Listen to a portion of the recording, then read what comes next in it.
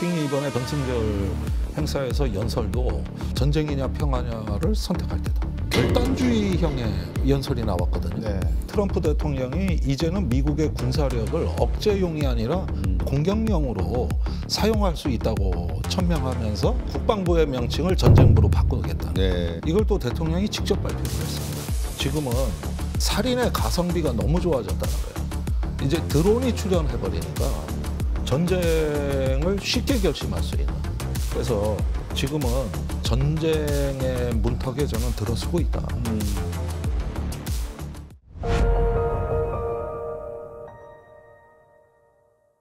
지금 우리나라의 상황을 조금만 이렇게 뻥튀기 기계에다 놓고 뻥튀겨 놓으면 글로벌 질서와도 비교를 할 수 있을 것 같습니다. 그렇습니다. 예. 미국과 중국, 러시아의 이 삼강 체제, 뭐 삼국지에 나오는 천하 삼분지 대계도 아닌데 마치 이 미중 러가 어떤 그 판 게임을 하고 있는 것을 볼 때 김종대 의원께서 보시기에 미래 전략가이면서 또 안보, 외교, 경제 모든 부분에서 다 통섭을 하고 계시니까 어떻게 보십니까? 지금 상황이 미중 간의 대화 속에 러시아가 우리도 끼워줘 하는 상황입니까? 아니면 지금 체제가 정말 삼분지 대계로 이렇게 나가고 있는 상황입니까? 물론 우크라이나 전쟁이 시작되던 2022년에 푸틴 대통령의 도전은 네. 천하 삼분지계 같아 보이죠. 그 제갈량이 말하는 이제 천하는 세 개의 축으로 세워져 있다. 네. 오나라, 총나라, 위나라 이런 질서가 가장 좋은 질서다. 네. 이러면서 동맹을 결성하고 그랬는데 네. 이런 삼분지계가 미국, 중국, 러시아로 이어지는 세계 문명이 존재한다. 우리는 독자적 문명이다. 이런 어떤 자기 존재 선언과 함께 공격적인 군사 행동이 뒤를 따라왔던 거거든요. 네. 근데 시진핑 주석도 중화민족이라고 하면서 중화 문명을 또 서방과 그렇죠. 분리된 네. 문명으로 얘기하고 이런 어떤 그 담론들이 쏟아져 나온다는 거는 사무엘 헌팅턴이 말한 문명 충돌론이 현실화되는 거냐? 그렇죠. 그건 아주 비극적인 경고인데. 그런 거죠. 예, 이런 부분들로 잠시 좀 혼란스러웠던 거는 사실입니다. 네. 그러나 세계가 다극화 체제가 되고 있는 거는 사실인 것 같고 네. 또 그런 것들이 어떤 문명의 충돌로 갈지는 모르겠습니다만은 이제는 세 가지가 약화된 것 같아요. 네. 국제 규범, 규범. 이 국제 질서를 지탱하는 어떤 규범이 약화됐고 네. 두 번째는 국제 기구. 네. 요즘 UN, WTO, 뭐 세계 보건기구 다 유명무실해. 심지어는 파리 기후 협약이라든가 세계 식량 기구라든가 뭐 이런 어떤 그 국제적인 기구의 어떤 효능 가치 또 지역적으로는 우리 같은 경우는 아세안이나 아셈 같은 이런 지역 기구들이나 이런 어떤 국제 협력 기구들이 약화되고 있다. 예. 그리고 세 번째는 경제적 상호 의존인데 예. 이 부분도 최근에 어떤 인위적인 공급망 재편을 통해 가지고 예. 이것도 폭력적으로 재편하겠다는 흐름이 나타나면서 일자리 보호주의라든가 관세가 부활하고 있습니다. 그런데 그게 뭐 어떤 상호주의에 입각해서 내가 관세를 매기면 너도 관세를 매기고 네. 원래 이런 게 보호무역인데 지금 보호무역은 그런 게 아니라 나는 관세를 매겨도 너는 안 된다. 이건 보호무역도 아니고 그렇죠. 이건 18세기 절대왕정 시대에나 통용될 법한 중상주의에 가까운 정책들이 나타나고 네. 있거든요.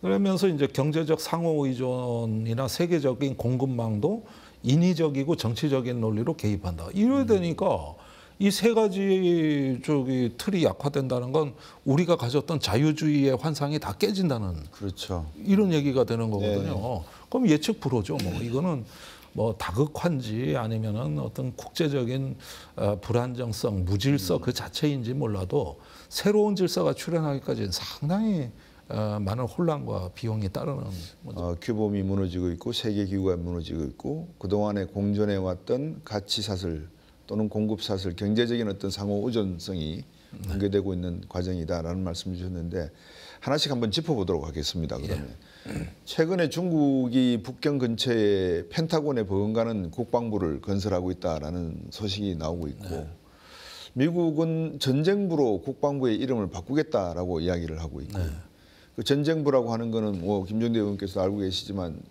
1789년 프랑스 혁명이 날 때 미국 독립전쟁 이후에 나타났던 국방부의 명칭이 전쟁부였지 않습니까? 그렇습니다. 그러면 미국에서 국방부를 전쟁부로 바꾼다는 의미와 북경이 지금 펜타곤에 못지않는 방위부를 북경 근처에 짓고 있다는 거 어떻게 받아들여야 됩니까? 우선 그 미국에서 국방부를 전쟁부로 명칭을 바꾼다는 지난주에 발표가 나올 때쯤에 네. 일어난 사건 하나를 주목하셔야 되겠는데 어떤 겁니까? 그 카리브해에서 베네수엘라의 마약 운반선이라고 알려진 예. 해속선 하나를 미국의 남부군 사령부가 출동해가지고 탑승하고 있던 11명을 사살해버린, 네, 그랬죠. 파괴해버린 거거든요.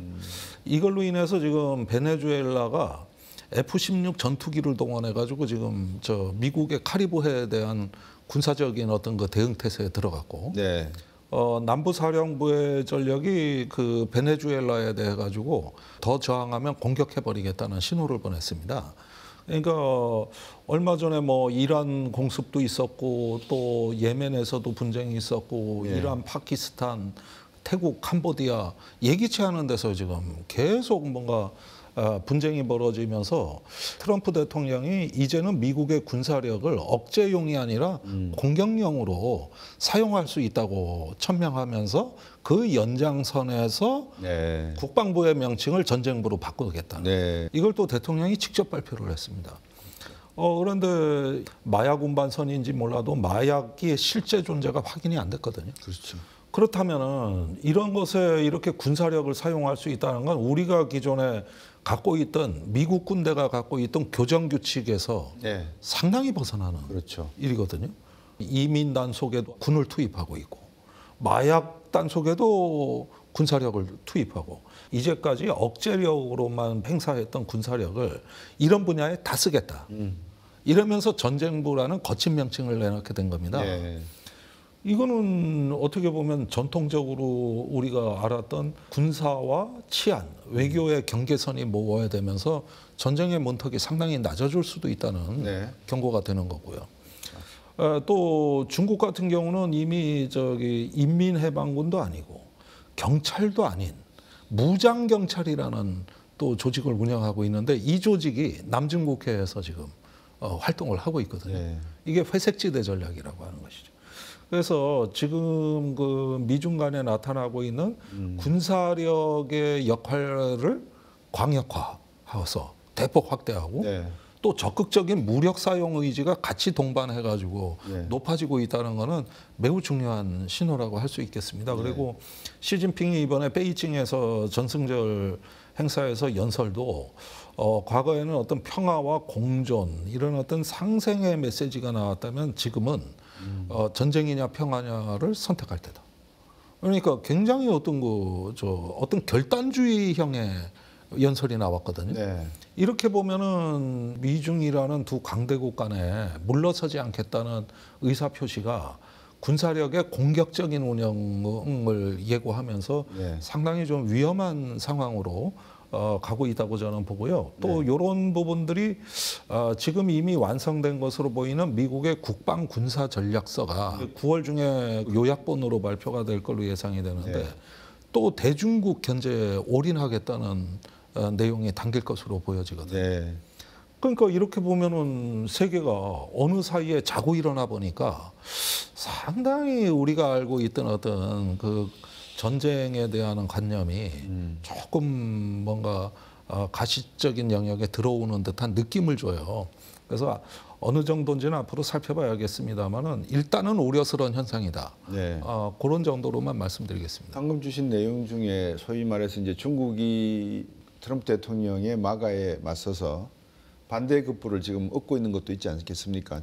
미국이 워낙 동맹을 많이 신기적으로 건드리고 그 기존 규범 그 국제기구의 질서를 이렇게 혁파해 나가는 과정에 있다 보니까 다들 지금 어중중하게 어떤 상황인지라고 이렇게 헷갈려하는 동안에 시진핑 주석은 우리에게로 와라라는 메시지를 직접적으로 보내버렸거든요. 그 가운데 한 분이 좀 애매모호한 분이 계세요. 누구냐면 인도 모디 총리. 이분의 포지셔닝이 이번에 텐진에서도 SCO 회의에서도 왔었지 않습니까? 도대체 무슨 전략을 가지고 인도는 저러고 있을까가 좀 제 나름대로는 좀 궁금했습니다. 어떻게 보셨습니까? 모디 총리는. 우선 우리가 미국이나 일본이 인도 태평양 전략이라고 하면서 중국에 맞서는 대항마로 인도를 그랬죠. 서방의 편에 서게 하겠다는 어떤 전략이 이게 2007년부터 최초로 나와가지고 지금까지 하나의 대외 정책 프레임으로 갖춰져 있습니다. 그래서 인도 태평양이라는 게 이제는 낯설지 않은 담론이 됐는데, 그런데 이것은 어디까지나 착시 현상인 것이 인도가 그런 인도 태평양 전략의 일원이라고 스스로를 규정한 적이 있었던가. 그리고 중국에 맞서기 위해서 인도와 일본이나 미국 경제가 융합을 하겠다 그랬는데, 이렇게 했던 아베 총리가 그걸 최초로 얘기한 이래로 무역액이 거의 늘어난 적이 없고, 또 심지어는 인도가 그 노동 비자를 좀 확대해 달라고 그렇게 부탁을 했는데도 일본이 받아들이질 않았고. 네. 그래서 지금 일본의 대인도 수출액 비중이 전체 수출액의 한 2%, 그다음에 수입 비중은 1.9%입니다. 그러니까 인도 태평양이라는 건 그건 관념 속에서 존재하는 거고, 아직까지 인도양과 태평양이 하나의 전략 공간이라는 거는 조금 그거는 어설프다 그랬는데, 최근에 그래도 미국이 모디 총리에 그렇게 공을 들여가지고 뭐 국빈 방문도 하게 하고 여러 가지 조치를 했습니다마는, 트럼프가 등장하면서 러시아의 원유 수입을 끊어라. 안 끊으면은 관세를 50% 때리겠다. 이렇게 협박을 했어요. 그러니까 인도 모디 총리가 트럼프의 전화를 4번 거절했다는 거 아닙니까? 아니, 전화도 안 받겠다. 관세 때리려면 때려라. 우리는 원유 계속 러시아로부터 사겠다. 이렇게 하고 이번에 상하이 협력기구의 회의에 가버린 거거든요. 그래서 지금까지의 그 인도 태평양이라는 어떤 전략이 조금 무망해졌다. 그리고 인도는 인도 태평양에 들어온 적이 없다. 이런 부분들이 자꾸 드러나게 되니까 미국의 외교가에서는 이런 어떤 트럼프식의 어떤 일방 외교가 큰 외교의 담론을 잠식하고 들어와서 가장 지금 해악을 미치는 게 바로 인도 문제다. 이렇게 지금 논쟁이 되는 것이죠. 그리고 그건 사실이거든요. 역대 대통령들이 다 쌓아온 건데. 그렇죠. 그리고 상하이 협력기구에서는 인도, 티르키예도 왔습니다. 그런데 티르키예, 인도 두 나라가 전승절 행사에서 빠졌고요. 그러면서 전승절 행사는 그야말로 중국의 좀 맏형 노릇을 하면서 반서방 진영의 좀 보스 역할을 할 수 있는 이런 정도 이미지는 그럭저럭 갖춰놓은 것 같아요. 그러나 여기에는 차마 인도가 들어갈 수가 없죠. 아직까지는 미국하고 관계를 단절한 것이 아니기 때문에. 러시아 푸틴 대통령과 중국이 과연 손을 잡을 수 있겠는가. 러시아는 역사적으로 미국의 편에 극단적일 때, 전쟁이 일어나거나 아니면은 뭐 미국 내에서 문제가 발생했을 때 소위 영국에 대해서도 러시아는 반발을 일으키면서 미국을 지원하고 알래스카를 사라 그러고 지원도 해주고 그런 걸 볼 때 극단적인 상황이 발생했을 때 과연 백인종에 속하는 슬라브 민족의 러시아가 미국을 버리고 중국과 손을 잡을 것인가. 이 이슈도 상당히 좀 궁금해지더라고요. 둘이 악수는 하고 하나의 연대로 나서는 것처럼 보이지만 그래서 인도와 러시아 두 국가를 놓고 중국 시진핑 주석도 착각하면 안 되겠구나라는 생각을 해봤거든요. 중요한 지적이십니다. 그런데 중국이 이제 위협으로 부각이 되니까 러시아하고 손잡고 중국을 견제하자는 그걸 소위 말하는 역키신저 전략이라는 프레임으로 얘기를 하고 있습니다. 과거에 냉전 시대 소련이 너무 위협적이니까 그걸 막기 위해서 닉슨 대통령이 중국을 방문해가지고 키신저 국무장관이 쪼우원라이를 만나고 닉슨 대통령이 마오쩌둥을 만나서 72년도에 국교 정상화를 하고 이제 교류가 시작된 거거든요. 그러면서 중국을 키워줬죠. 그거는 소련을 방어하기 위해서인데, 지금은 이제 중국이 커지니까 다시 러시아로 가서 이번에는 중국을 견제하는데 둘 사이를 갈라놓자. 그래서 8월 15일 날 이제 푸틴을 알래스카에서 트럼프가 만나가지고 우크라이나 종전 얘기도 하고 뭐 여러 가지 얘기를 하고 우리 친한 사이다. 이렇게 브로맨스를 일견 보여줬던 게 그게 역키신저 전략이냐. 요건 좀 논란의 소지가 있습니다. 그런데 러시아가 그렇게 미국을 만나고 그러니까 이번에는 시진핑이 베이징으로 불러들여서 고립된 지도자였던 푸틴을 다자 외교에서 만나게 이렇게 배려해 줬거든요. 네. 우크라이나 전쟁 이후로 푸틴이 나와가지고 이런 외교를 한 첫 번째 케이스니까 이제는 완전히 고립에서 벗어났다는 이런 현상이 된 겁니다. 그래서 그 미국, 러시아, 중국 간에 이렇게 서로 간에 어떻게 하냐 관계 맺는 삼각 게임이 아주 치열하게 벌어지고 있고 네. 중국과 러시아의 협력은 제한적이다. 예, 분명히 나토 국가들은 러시아의 배후 지원자는 중국이라고 믿고 있습니다. 네. 그래서 그 우크라이나 전쟁에 네. 여러 가지 뒷배를 중국 역할이 해줬지 않느냐. 네. 이렇게 하면서 중국을 어떤 기본적인 위협이라고 나토 공동선언문에 써놨는데 네. 그러나 그런 정도가 과연 어떤 전쟁에 관해서 중국의 기여도를 설명하기에는 너무 모호하고 추상적이거든요. 그런 점에서 중국은 다 거리를 두되 누구와도 멀어지지 않는 일종의 어떤 자기 계산서가 나와 있는 것이고 그렇죠. 예, 그거에 따라서 가는 겁니다. 그래서 한편으로 트럼프의 상상력은 분명히 역키신저 전략을 생각했던 건 맞는 것 같은데 아직까지는 실행 국면에 다르지 못한 것 같아요. 네. 지금 트럼프 대통령이 하고 있는 보호무역 정책 말입니다. 네.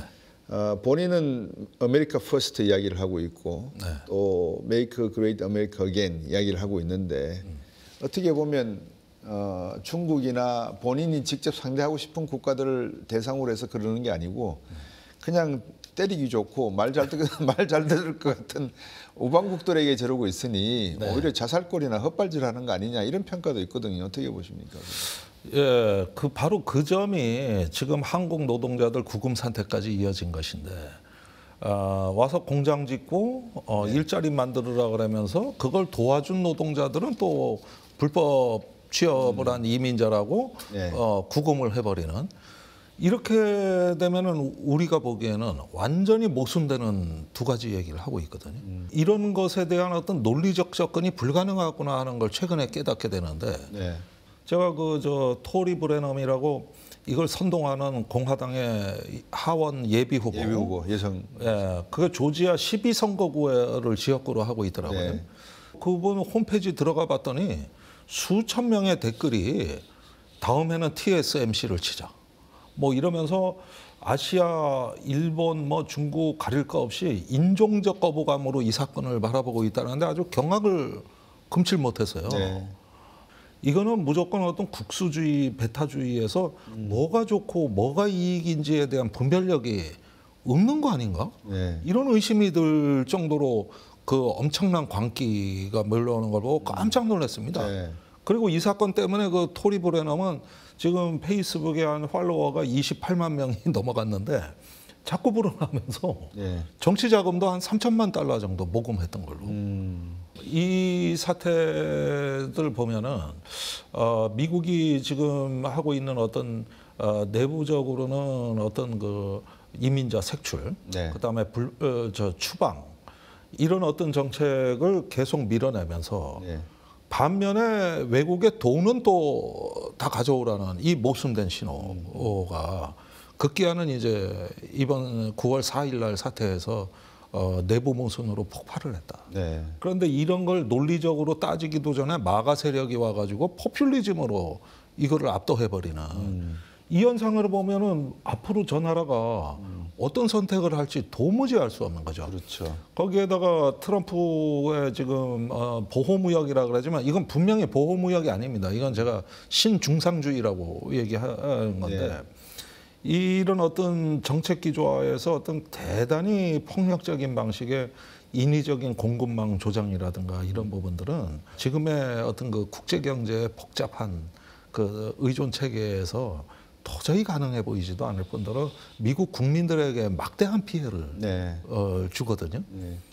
이런 어떤 그 상황을 너무나 적나라하게 드러내면서 다시 권위주의로 회귀하는 이런 어떤 정치의 모습이라는 것은 제가 보기에는 미국에서 나타난 가장 위험스럽고 아주 불안한 일면이다. 이런 게 이제 외교와 정치와 경제의 경계선이다. 흐트러져 가지고 네. 무분별하게 개입하고 무분별하게 하는 건데 더 충격적인 건 오늘 지금 뉴욕타임즈에 나와 있는 기사예요. 그 단순히 피부 색깔이 다르고 말씨 억양이 좀 이상하다는 이유 하나만으로 저기 경찰이 불신 검문 검색을 할 수 있다는 1, 2심의 그 불법이라고 된 게 오늘 미국 대법원에서 합법으로 뒤집혔습니다. 네. 이렇게 되면 어떻게 되느냐? 길거리에 나가기가 두려운 거예요. 예를 들어서 피자 배달을 하는 배달원이 조금 내가 보니까 인종이 다르고 약간 스페인어 비슷한 억양을 쓴다거나 라틴어 억양을 쓰는데 피자 배달을 한다? 바로 배달하다가 잡혀갈 수 있는 이런 사법 환경이 돼버린 거예요. 네. 불현듯 생각난 게 다른 나라를 다 여쭤봤는데 한 나라를 안 여쭤본 게 있어요. 네. 트럼프 대통령이 1기 때 네이비실을 보내가지고 네. 김정은이하고 만나기 전에 노동 당사에서 무슨 이야기를 하는지 듣고 싶어서 보냈다가 외국준 민간인 어부들 6명인가요? 사살을 하고 그냥 철수했다는 소식이 뉴욕타임즈에도 기사로 실렸고요. 북한 김정은에 대한 이야기를 제가 안 해서 이번 전성일 기념일에도 김정은이가 갔거든요. 김주애를 데리고 갔습니다. 네. 두 가지 질문이 있습니다. 하나는 우리나라 전문가들 분들 중에서 김주애가 차기다. 아니다. 아들이 숨겨져 있는데 숨겨진 아들이 진짜 있다. 두 번째 질문은 조금 더 거시적이고 정치 외교적인 질문인데 북한의 포지셔닝이 과연 중국일까 러시아일까 아니면 독자일까 이게 궁금합니다. 예를 들어서 언제든지 남북한 통일을 하고 싶다는 마음만 먹으면 북한이 러시아와 중국에 통보도 하지 않고 남한 정부에 직통전화 걸어서 압록강, 두만강 경계 철저히 해주시오. 지금부터 우리는 귀하 국가와 한국가가 되기로 했소. 라고 할 수 있는 것인지 아니면 러시아와 중국에 반드시 통보를 해서 사전 승낙을 받아야 되는 것인지 이런 관계도 좀 궁금해 보이거든요. 김주애 관련해서는 페이스메이커로 보는 게 합리적이다. 예. 분명히 마라톤에서 페이스 플레이어가 앞에 튀어나오지만은 저 선수가 1등으로 골이 나는 게 아니라는 걸 사람들이 이미 알아요. 네. 페이스 조절용이에요. 그런 면에서 지금까지 북한의 후계 체제가 3대에 걸쳐 진행되는 동안 보면은 잘 비밀리에 숨겨둔 김정은 같은 처음에 국내 언론은 김정운이라고 썼어요. 네. 이름도 몰랐고. 이름도 몰랐던 거예요. 그래서 김정운 그러니까 김정운이 누구야 그런데 그 김정일 위원장하고 나타날 때 돼서야 운이 아니라 은이라는 것도 처음 알은 거예요. 네. 그 정도로 몰랐다고요. 그 정도로. 그런데 지금 그 김주애 말고 아들이 있다고 알려져 있기 때문에 그 존재가 확인되기 전까지 김주애가 후계자라는 거는 대단히 성급한 속단일 수가 있고 다분히 페이스 플레이어일 가능성이 높다. 네. 이게 대체적인 전문가 사이에서는 합리적 해석이라고 저는 보고 이게 다수설이다. 네, 이런 정도는 좀 인식을 해야 될 것 같습니다. 그리고 그 2019년에 미국의 네이비실이 그 북한에 들어간 정말 경천동지할 사건인데 이 뉴욕타임즈 기사 내용은 핵잠수함이 동원됐다는 거죠. 그렇죠. 거기서 모함인 핵잠수함이 있고 여기에 탑재한 잠수정 2대가 네이비실 6팀이라고 돼 있거든요. 예, 6팀으로. 오사마 빈 라덴 잡았다. 예, 여기를 싣고 이제 작은 상륙정이 간 거예요. 네. 그런데 저기 작전하려고 하는데 어선이 나타나서 다 쏴주겠다. 네. 심지어는 이게 발각덱을 늦게 하려고 시체를 가라앉히기 위해서 폐를 칼로 찔렀다. 이 얘기입니다. 그런데 이 보도가 나가고 나서 문제는 미국 정부가 강한 부정을 안 한다는 거예요. 네. 트럼프는 그냥 처음 듣는 얘기다. 이렇게 퉁치고 마는 거거든요. 네. 근데 이런 류의 어떤 모호한 태도는 무언가 비슷한 일이 있었다는 것에 대한 강한 심증을 갖게 만들고 있고요. 네. 또 미국의 국가안보국 NSA에서 우리 동해서해에서 실제로 대북 정보 활동을 하고 있습니다. 네. 여기에 한국 정부가 막대한 편의를 제공하고 있습니다. 네. 그게 이제 소위 말하는 옛날에 에슐론이라고 했던 전 세계 감청 체계, 지금은 프리즘이라고도 하고, 그게 이제 스노든이 폭로해서 그 명칭을 알게 된 그 센터 기지가 한국에 있습니다. 네. 그리고 서해 동해에 신경망처럼 이 정보망이 레이더 기지를 통해 가지고 뻗어 있는데 네. 이게 북한 쪽으로 더 가까이 가면은 퀄리티가 높아지는 거죠. 네. 그러니까 이 정보 활동에 대한 요구는 분명히 존재하고 이미 하고 있다. 네. 근데 뉴욕 타임즈 보도에 대해서 미국 정부가 강하게 부정을 안 한다 그러면은 이 보도에는 어떤 상당한 의미가 무게가 실린다고 보셔도 된다는 거예요. 네. 주장이고요.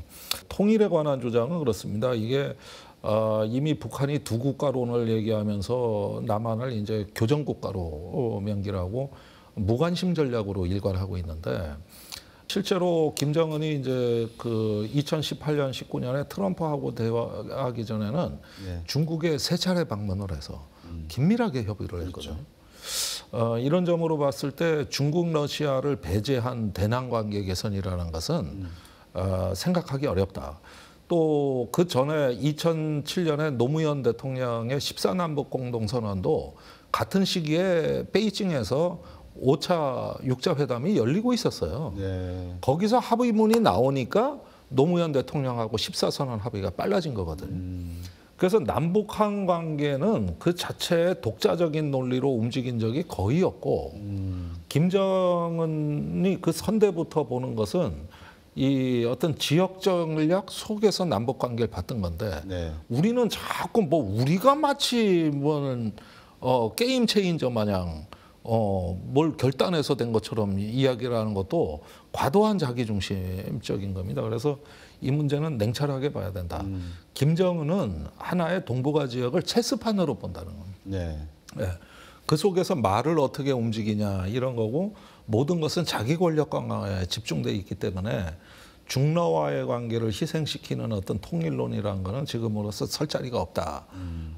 그리고 남북 관계 자체의 효용성도 떨어진다. 네. 아니 푸틴이 알래스카에서 저 트럼프 만나기 며칠 전에 김정은한테 전화해가지고 그렇죠. 트럼프 대통령한테 전할 말이 있냐. 그리고 나 가서 이렇게 협의할 거다 해서 중재자 역할을 다 해주는데 이게 과거에 문재인 대통령이 했던 역할이거든요. 그걸 푸틴이 한다는데 왜 우리 신세를 지겠냐. 그래서 이번에 우원식 의장이 베이징 갔을 때도 푸틴이 만나서 북한에 뭐 전할 말 있으면 나한테 얘기해. 네. 이렇게 나와 버리니까 빨리 우리가 대륙 외교를 좀 복원하고 정상화하지 않으면은 자칫하면은 우리가 후발 주자 외톨이가 되겠구나 이런 불안감까지 들면서. 그렇죠. 푸틴 대통령이 알래스카 가기 전에 전한 내용에 미국 신문에서 추정치는 그랬습니다. 주한미군 철수하는 거 내가 주장을 할 테니까 뭐 다른 거 필요한 거 있어 뭐 이런 이야기를 했다는 이야기도 하더라고요. 엄청납니다, 엄청나. 예. 예. 방금 말씀 주신 대로 이제 북한과의 러중 관계도 한번 저들이 살펴봤고 2차 세계대전이 끝나고 나면 냉전 체제라고 하는 것이 동유럽과 서유럽을 대변으로 하는 하나의 중심의 어떤 분쟁이나 여러 가지 이제 역사들이 만들어지곤 했는데 21세기에 들어오면서부터 그동안에 유럽 중심에서 미국과 중국의 G2의 어떤 구도가 어느 정도 잡혀 들어가면서 향후의 분쟁 지역, 지정학적 리스크는 오히려 동남아 지역이 아니겠는가, 한국을 포함해서. 그래서 대만도 있고 미국 CSI에서도 뭐 대만 침공에 대한 시나리오도 만들어내고 합니다만 김병대 의원님 보시기에는 어떻습니까? 대만, 한국, 일본 그리고 러시아와 중국 어떤 극한 대립이 일어날 가능성이 있다고 보십니까? 어떻게 보십니까? 자, 일단은 동아시아, 아시아 태평양 지역에서도 이제 종교와 민족, 국가가 귀환하고 있다. 그동안 한 50년 동안 태평양이 조용했습니다. 그렇죠. 아시아가. 그 평화를 기반으로 해가지고 세계 황금이 다 몰려왔고 예. 가장 많이 성장했거든요. 예. 근데 동아시아가 왜 50년간 평화로웠느냐? 예. 이렇게 종교도 다르고 민족도 다르고 또 옛날에는 허구한 날 전쟁했던 지역이 그렇죠. 왜 70년대 말부터 갑자기 평화가 찾아오고 오늘날까지 이렇게 성장하는 역동적 지역이 됐느냐? 예. 그 근저에는 이 지역의 질서가 미중 협력이라는 기본 바탕이 있었던 거예요. 이게 상하이 꼬뮤니케라는 미중 협력 체제가 출현하면서 이 여파가 아시아 태평양의 평화를 보장하는 기본 질서로 하나의 축으로 구성이 됐던 거고 네. 또 동남아나 아시아에 어디서 전쟁이 일어나도 미중이 협력했던 겁니다. 이 전쟁을 억제하고 해결하기 위해서. 네. 근데 이 시스템이 2010년부터 깨집니다. 그때 이제 일어난 일이 저기 인도네시아, 필리핀, 미얀마 이런 데서 내전이 발생한 거거든요. 지금도 계속되고 있죠. 그렇죠.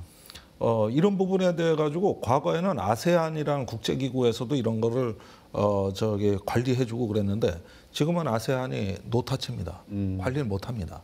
그다음에 미중이 다른 얘기를 하는 거죠. 그러니까 어느 사이에 보니까 50년의 평화를 보장한 그 기본 모멘텀이 깨져 있는 네. 상황이니까 이때부터는 이제 예측 불허로 가는 게 지금 전쟁이 일어나는 데가 저 남쪽으로는 아프가니스탄에서부터 시작해가지고 얼마 전에 이제 그 태국 캄보디아 이거 아무도 예상 못했던 거거든요. 네. 그 두 나라 사이가 얼마나 좋았습니까?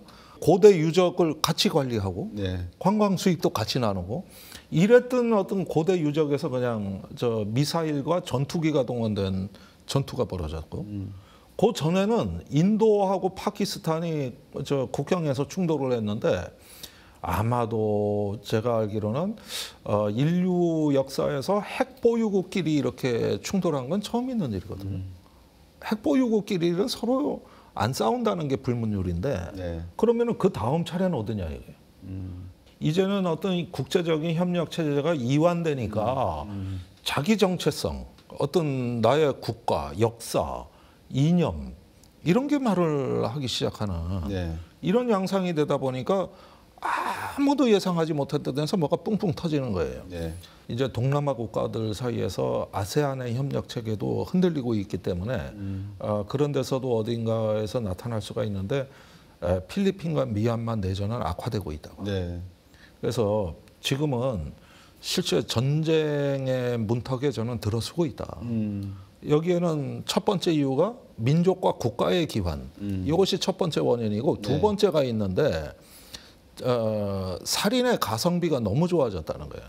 이제 드론이 출현해 버리니까 전쟁을 쉽게 결심할 수 있는 그렇죠. 인명 피해 없이 내가 어떤 인공지능이 결합된 드론을 이용하면은 손쉽게 이길 수 있다는 환상이 돼가지고 네. 네타냐후 같은 사람은 그 중독자입니다. 음. 그 예멘, 이란 다 때려 부시고 막 충동이 되는 게 그게 군사 기술이 뒷받침되기 때문에 그렇고요. 세 번째가 이제 인지전이라 그래가지고 그 저기 혐오와 증오와 적대감을 조장하는 소셜 네트워크가 네. 내전이 발생한 지역에 어김없이 보급돼 있다는 거. 네. 이런 이유들이 저 기존의 협력 체계를 이제 공격해 들어가고 있는 거거든요. 네. 그런데 여기에 대해서는 국제법도 없다고요. 그렇죠. 인공지능에 대한 국제법이 단 한 개도 없습니다. 완전 무법지대예요. 네.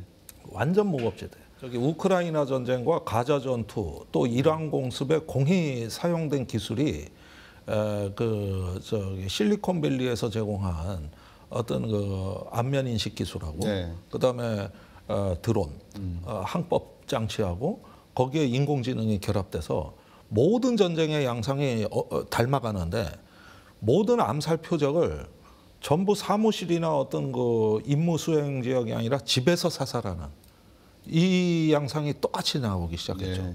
그래야 살상 확률이 높으니까. 예. 그래가지고 이게 이제 아빠는 어디에라는 프로그램인데 특히 가족과의 통화 음성 데이터를 집중 수집했다가 네. 그 암살 표적이 집에 돌아가는 이 시간을 계산해가지고 집에서 폭탄을 터뜨리는 방식. 네. 이게 가자, 우크라이나, 이란에서 똑같이 보여진 거거든요. 네. 이런 식으로 살인의 가성비가 너무나 뛰어난 것들이 지도자에게 하나의 판타지를 만들어 가지고 네. 도발을 하게 만든다. 이런 어떤 그 상황들이 지금의 분쟁의 현대적 양상을 구성해 나가고 있는 중요한 신호들입니다. 그래서 저는 우크라이나 전쟁 역시 쉽게 끝나지 않을 것이고 네. 거기서 한 번 판도라의 상자가 열린 새로운 살인의 기술은 너무나 빨리 학습된다는 거. 이런 것들이 지금 중국과 미국 간에도 대만에서 위기가 생기면 드론 전쟁이 될 가능성이 아주 높고 네. 이번에 중국 열병식에서 나온 그 신형 드론들 또 스텔스 드론들 이런 것들 또 심지어는 수중 드론도 나왔지 않습니까? 이런 것들은 중국이 그걸 우리가 먼저 앞서서 준비하고 있다는 신호거든요. 이러고 또 북한이 이걸 빠르게 학습해 나가고 있다. 네. 이러다 보면은 전쟁에 관한 기본의 룰과 규칙도 이제는 다시 한번 봐야 되는 거죠. 그러게요. 참 이 신냉전이라고 저희들이 이야기를 하고 있습니다만 국제 질서, 문명사적인 21세기 후기 문명사적인 전환기에 AI라고 하는 과학 기술이 앞으로 예술, 경제, 산업, 안보, 국방 가져올 파급 효과라는 건 지금 상상을 초월하다고 봐야 되겠죠. 말씀해 주신 그런 내용들을 감안해 볼 때 그렇다 그러면 이 21세기 후기 산업사회 또 문명사회는 어떤 방향을 지향하는 것처럼 우리가 이해를 해야 될까요? 정말 이거는 전쟁을 위한 것이다. 아니다. 패권을 위한 것도 아니고 전쟁을 위한 것도 아니고 결국은 인류는 현명하니까 협력을 해나갈 것이다. 어떻게 우리 김종대 의원은 보고 계십니까? 두 가지 요소를 다 포함하고 있다고 보여집니다. 네. 그런데 분명한 것은 뭐냐면은 우리가 근대적 자아가 붕괴되고 있는 거거든요. 네. 우리가 인간이 존엄하고 국가의 주권이 존중받는 이유는 네. 그 자체가 목적적인 존재이기 때문이에요. 인간이 존귀하다는 건 칸트가 얘기한 대로 우리가 이성과 오성과 감성을 지니고 그런 가운데서 자율적 도덕적 판단의 주체이기 때문에 그렇기 때문에 목적으로서 존중받고 상호 간에 권리를 침해하지 않는다. 예. 이게 근대적 자아의 핵심 개념이라고 저는 봅니다. 예. 그런데 지금은 뭐냐 하면은 그런 어떤 인식 자체도 조작해버릴 수가 있다는 것이죠. 예, 쉽게 조작하죠. 예, 예를 들어서 어떤 부정선거 음모론이라든가 또 이번에 그 한국인 노동자들 그 조지아에서 구금될 때 지금 마가 세력이 퍼뜨리고 있는 거는 저 공장 안에 안매장한 시체가 있다. 이것도 지금 정치인들이 주장하는 거예요. 그렇죠. 댓글에 올라온 게 아닙니다. 우리가 도덕적 판단의 주체로서 자율적 인간인 줄 알았고 목적적 존재인 줄 알았는데 알고 보니까 너무나 허약하고 너무나 불완전해서 어떤 선동이나 음모에 쉽게 넘어가는 일종의 어떤 확증 편향의 덩어리. 거기에다가 어떤 재기 편향이라고도 하는데 어떤 이야기를 들으면 거기에 그냥 확 빠져버리는 거예요. 네. 모든 걸 거기에 환원해버리는 거죠. 이런 식으로 어떻게 보니까 근대적 자아라고 생각했던 그 인간의 어떤 상이 무너져 내리면서 아니다.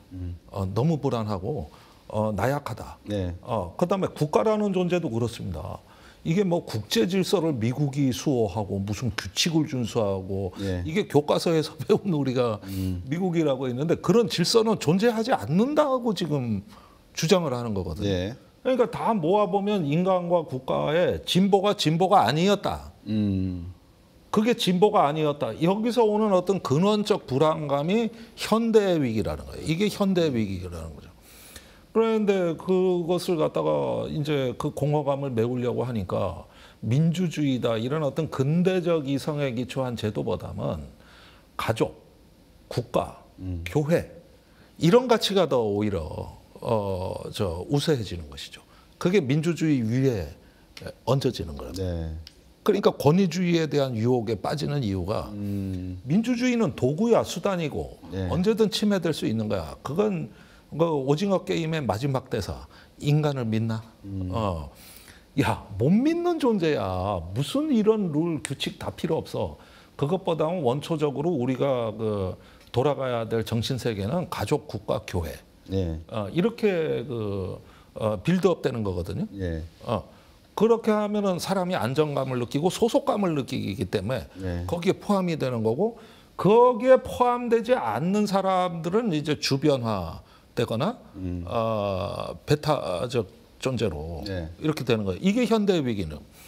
그러니까 국제 질서도 탄탄한 어떤 하나의 룰이 있는 줄 알고 그랬는데 이런 인식 체제에서는 그대로 붕괴돼 버리는 겁니다. 그냥 가루가 돼 버리는 거예요. 그래서 한 300년 전에 이런 게 이제 막스 베버나 존 스튜어트 밀 같은 철학자들이 얘기했던 근대의 위기가 다시 지금 부활하는 현대의 위기로 재부활하는 이런 것이 되는 것이죠. 그래서 어떤 인간과 국가의 어떤 협력 체계라는 것도 이제는 과거의 룰로는 안 통한다. 우리가 진보라고 믿었던 게 진보가 아니다. 이런 어떤 냉철한 인식 위에서 어떤 새로운 어떤 규칙을 구상하고 설계를 하는 이런 지성이 지금 굉장히 갈증이 심해지는 겁니다. 시기다. 무언가가 나와줘야 된다는 거. 네. 그러니까 기존 정당들이 다 불신받던 거예요. 제도도 불신을 받고. 시간이 얼마 없으니까 제가 그냥 세 가지 요약해서 질문을 드리겠습니다. 네. 첫 번째는 북한 이야기를 다시 한번 여쭙고 싶어요. 에이펙 정상회담이 10월 말 11월 초에 열리지 않습니까? 예. 이재명 대통령이 김정은 초청을 할까요? 초청을 한다면 올까요? 온다면 트럼프 대통령, 시진핑 주석, 푸틴 대통령, 그다음에 새로 뽑힐 일본의 총리, 예. 육자회담을 한번 하는 것이 좋을까요? 어떨까요? 라는 게 첫 번째 질문이고요. 두 번째 제가 드리고 싶은 질문은 이 미중 간에 이제 다양한 뭐 항공모함도 만들고 뭐 드론도 각기 말씀 주신 대로 전승절에 보여준 신무기도 소개가 되었습니다만 무기 경쟁을 한다는 건 언젠간 써먹을 때가 있으면 써먹겠다는 거 아니겠습니까? 이런 무기 경쟁, 군사 경쟁은 어떤 방향으로 갈지 한번 제가 여쭙고 싶습니다. 글쎄요, 이게 일단 경주의 이 백회의는 김정은이 오는 무대가 아닙니다. 여기는 이제 서방 세계 중심으로 가는 거고 시진핑만 와도 대성공이거든요. 그래서 우리 정부가 상당히 승부수라고 보고 있는 네. 다자 외교인데 일단은 육자 회담은 이 육자 당사국 중 아무도 지금 주장하고 있지를 않는다. 그래서 이런 부분도 일단은 제가 최근에 미중 그 지도자 간에는 화해 움직임이 있기 때문에 네. 거기에 무대를 우리가 제공함으로써 어떤 조금 한국에게도 생존 공간을 넓힌다는 차원에서의 최소 목표를 가지고 가야지 여기서 더 나가게 되면은 상당히 위험해질 수가 선택과 집중을 해야 된다. 있습니다. 예. 이제 그런 점들을 좀 봐야 되겠고 신냉전적인 양상으로 미중이 어떤 군사적인 대치를 하고 있는 것도 사실입니다만은 그 힘을 도대체 어디에 써먹을 거냐? 힘 그 자체는 맹목적인 어떤 것이 아니라 정치적으로 그 성격을 봐야 되는 건데 저는 19세기식 어떤 열강 정치가 부활하지 않을까. 최근에 우크라이나의 종전을 젤렌스키 대통령을 배제한 가운데 미러가 그런 것들을 갖다가 논의하는 광경을 보면은 이거는 뭐 어떤 저기 국가 주권이나 영토 주권을 언제든 강대국은 무시하고 19세기식으로 분열할 수도 있다는 가능성을 내비친 거거든요. 네. 이런 점에서는 어떤 그 지금 국가 주권을 기초로 한 국제 질서도 강대국 정치에 의해서 상당 부분 잠식이 되는 이제 이 가능성을 앞으로 조금 검토를 해봐야 되겠다. 한국이 한국다운 민족주의와 한국다운 국가주의를 만들려면 우리는 어떤 모습을 지향을 해야 되는가? 한국은 어디로 가야 되냐? 코바디스, 코레아 이 질문을 한번 드려보고 싶어요. 한국의 어떤 코바디스, 그러니까 어떤 그 가야 될 어떤 방향에 대해서는 이것이 뭐 저기 하나의 어떤 구체적인 과학적 용어로는 말씀드릴 수 없습니다만은 캐대헌식의 사회적 연대가 아닐까.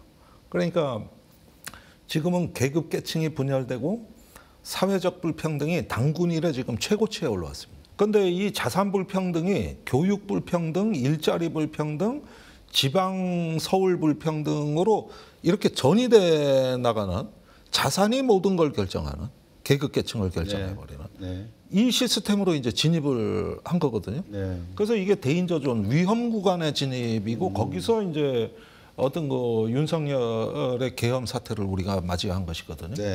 그러니까 그런 어떤 극우의 망상의 토양이 되는 불평등과 그 불평등을 옹호하는 사상이 극우 사상이거든요. 여기에 대한 문제가 부지불식간에 너무나 지금 커져 있는 상황인데 그 캐대언을 말씀드린 이유는 이런 불평등이 바로 극우로 연결되는 것이 아니라 또 다른 사회 연대의 필요성을 다시금 강조하고 사람들을 각성하고 깨어내게 해서 이 다수의 폭정으로부터 약자가 희생당하지 않도록 정치가 나서서 보호해 주는 거 또는 사회가 나서서 그 사람들을 방어해 주는 거 저는 이게 사회적 연대라고 봅니다. 그런 사회적 연대가 캐대헌 정신 아니냐. 그래서 혼문을 만든다 뭐 이런 쌍징 비유가 나오는데 제가 거기에 감동하는 이유는 사람들의 어떤 정체성과 올바름이라고 하는 분열적인 요소를 가르치려고 하는 게 아니라 그걸 있는 그대로 다 인정하고 문화와 전통도 긍정을 하면서 그러나 그걸 현대적으로 우리가 같이 공유하고 같이 즐겨보자는 여기에서 엄청난 연대의 힘을 한국뿐만 아니라 국제적으로도 불러일으켜내는 기적을 만들었다. 그것이 캐대언 현상이라고 보는데 이런 부분들에 대해서는 불평등 해소에 대한 사회적 합의, 그다음에 이걸 이뤄내기 위한 어떤 사회적 연대의 재구성, 이게 희망이다. 이것이 이제 앞으로 정치개혁과 어떤 그 우리의 생존 전략의 투영이 되고 또 국가 비전을 만드는 데 반영이 돼야 그게 한국에 가야 되는 길인데 이런 가운데서 우리가 인간적으로 외롭고 고통스럽고 고립된 개인이 사회적으로 확장됨으로써 이 연대 속에서 다시 자기 존재를 확인해 나가는 과정. 저는 그것이 결국은 극복의 과정이고 초월의 과정이다. 그런 생각을 해봅니다.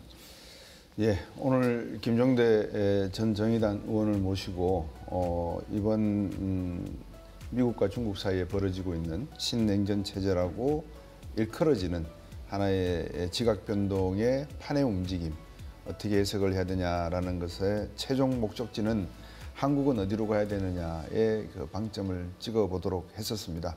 앞으로 이 미중 간의 갈등 구도가 북한과 한국 간의 어떤 또 외교 관계를 가져올 것이고 정치적인 결정을 가져올지는 모르겠습니다만 모든 것이 이 상호 이해관계에 가장 최대치를 가져올 수 있는 방향으로 갔으면 하는 생각이고요. 자주 좀 오셔가지고 예. 좋은 말씀 들려주시기 바라겠습니다. 예, 그렇게 감사합니다. 하겠습니다. 감사합니다.